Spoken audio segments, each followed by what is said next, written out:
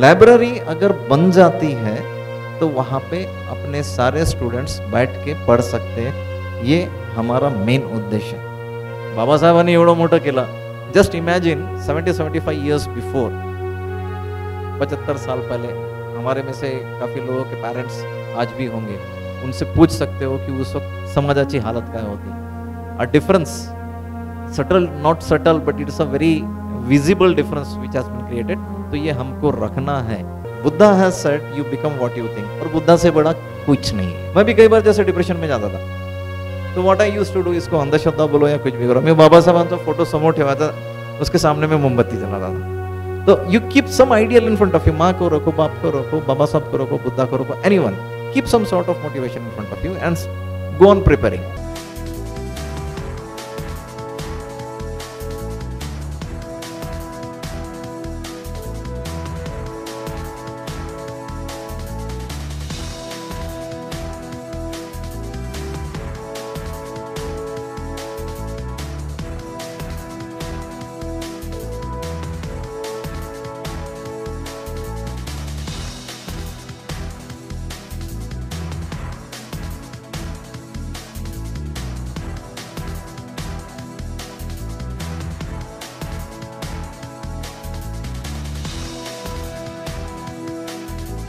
आपलं जे विहार आहेत, खूप विहार आहेत, कधी कधी छोट्या मोहल्ल्यांमध्ये 2-2 विहार आहेत।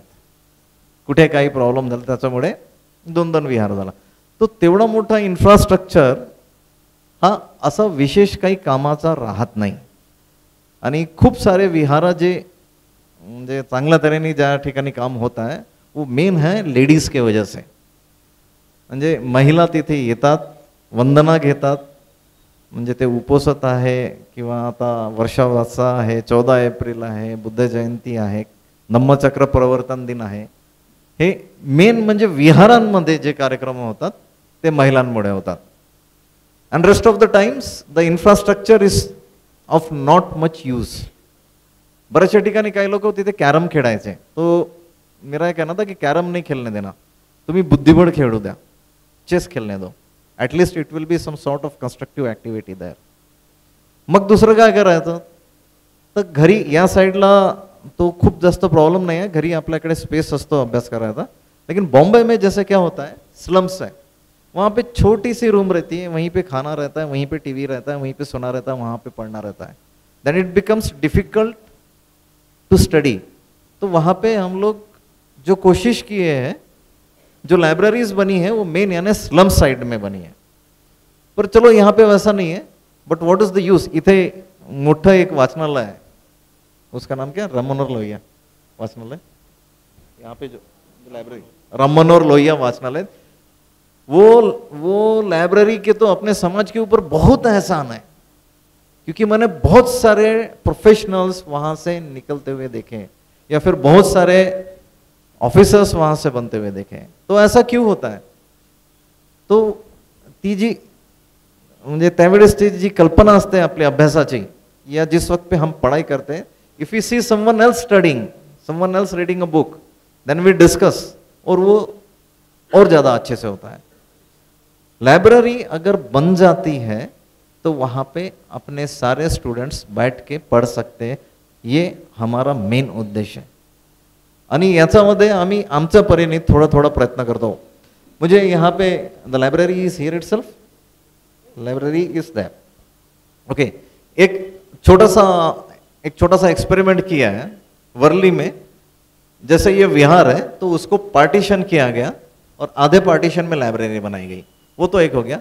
दूसरा कांदीवली में जो विहार है उसमें वो जगह नहीं थी, तो ये अगर विहार है तो वहीं पे साइड में बेंचेस लगा के, शेल्फ्स लगा के और लाइट्स लगा के वहीं पे लाइब्रेरी बनाई गई, ताकि वो इन्फ्रास्ट्रक्चर का यूज होता रहे। ज्यावेळेस वंदना घ्यायची आहे, एखादा कार्यक्रम घ्यायचा आहे, त्यावेळेस ते विद्यार्थी तिथे अभ्यास करत नाही, पर बाकी समय में वो इंफ्रास्ट्रक्चर का यूज पढ़ने के लिए हो रहा है। And see this is second generation, म्हणजे पहिले जनरेशन आमचे आई वडील वगैरे होते, बरेचसे जण एकदम साध्या परिस्थितीमध्ये होते। सेकंड जनरेशन में हम लोग आए, हम लोग पढ़ के बाबासाहेबांच्या कृपेमुळे आलो, म्हणजे त्यांनी जे काही प्रोव्हिजन करून ठेवलं आहे आपल्यासाठी त्याच्यामुळे आलो। आता हमारा ये फर्ज बनता है कि हम सोसाइटी को वापस करें कुछ। सो सोसाइटी को कैसे वापस करें? तो then you have to develop yourself. तुमको बहुत पढ़ना पड़ेगा। एक छोटा सा एग्जांपल देता हूं मैं, अगर आप लोगों को पता होगा तो। एक बुक है up against slavery, that has been written by Booker T Washington. तो Booker T Washington was a black, और उन्होंने ब्लैक्स को पढ़ने का इंपॉर्टेंस सिखाया। तो he wanted a job of a janitor, janitor यानी साफ सफाई कर्मचारी का। तो स्कूल में जाता है, वहां की हेडमिस्ट्रेस बोलती है कि जैसे ये रूम है इसकी साफ सफाई करो, और ये साफ सफाई होने के बाद में मैं डिसाइड करूंगी कि तुमको ये जॉब मिलेगा कि नहीं। तो वो बुकर टी वॉशिंगटन राइट्स कि मैं पहले वो पूरे रूम को 3 बार झाड़ू करता हूं, फिर एक कपड़ा लेता हूं और जो बेंच रहता है उसके नीचे से भी पोंछता हूं, चेयर्स रहता है उसको नीचे से भी पोंछता हूं। This things I do for 4 or 5 times and then he goes to the headmistress. Headmistress को बोलता है कि madam now I have clean the room, you can go and check. Headmistress जो रहती है वो बहुत खड़ूस रहती है, शी नोस कि डर्ट कहाँ पे मिलेगा। तो वो जैसे टेबल के नीचे में उंगली लगा के देखती है, खिड़की के पैनल पे उंगली लगा के देखती है, एकदम कॉर्नर में उंगली लगा के देखती है, वहां पे उसको she doesn't get any dirt, फिर उसको नौकरी मिलती है। ये क्यों बता रहा हूं मैं आपको कि the type of efforts he had put into for getting the job of a janitor. Now you have to put so much of efforts in your studies. जैसे संदीप ने IIM से किया है, जब when he was going for CAT, I know how much pains he has taken because that is not an easy exam.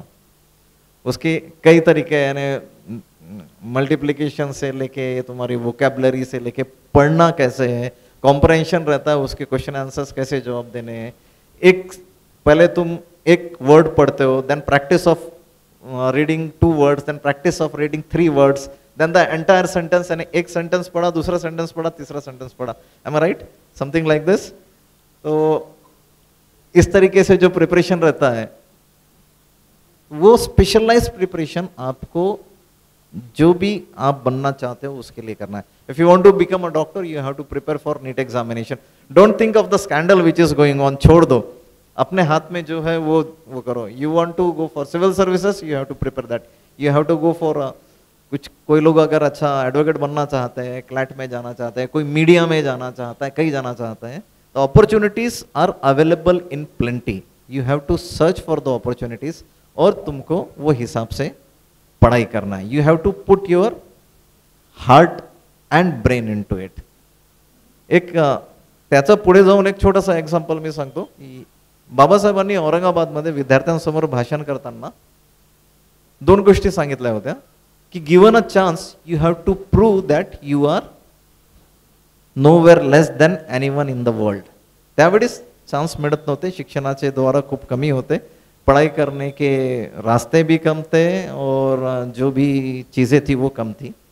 तो उन्होंने जो Milind college, Siddharth college या सगळ्या इंस्टीट्यूशंस काढल्या, तो अपने बच्चों को पढ़ाई करने के मौके मिले। That time he said that you have to prove after you become something you have to give a helping hand to your brethren. आज आप कुछ बन जाते हो तो आपको आपके आने वाले पीढ़ियों को हेल्प करना है। Means I am very happy कि संदीप ने ये खोजा और यहाँ पे आप लोगों के लिए लाइब्रेरी बनाने का कंसेप्ट किया। हमसे जो जमता है वो हम करते और करते ही रहेंगे। बाबासाहेबांनी एवढं मोठं केलं।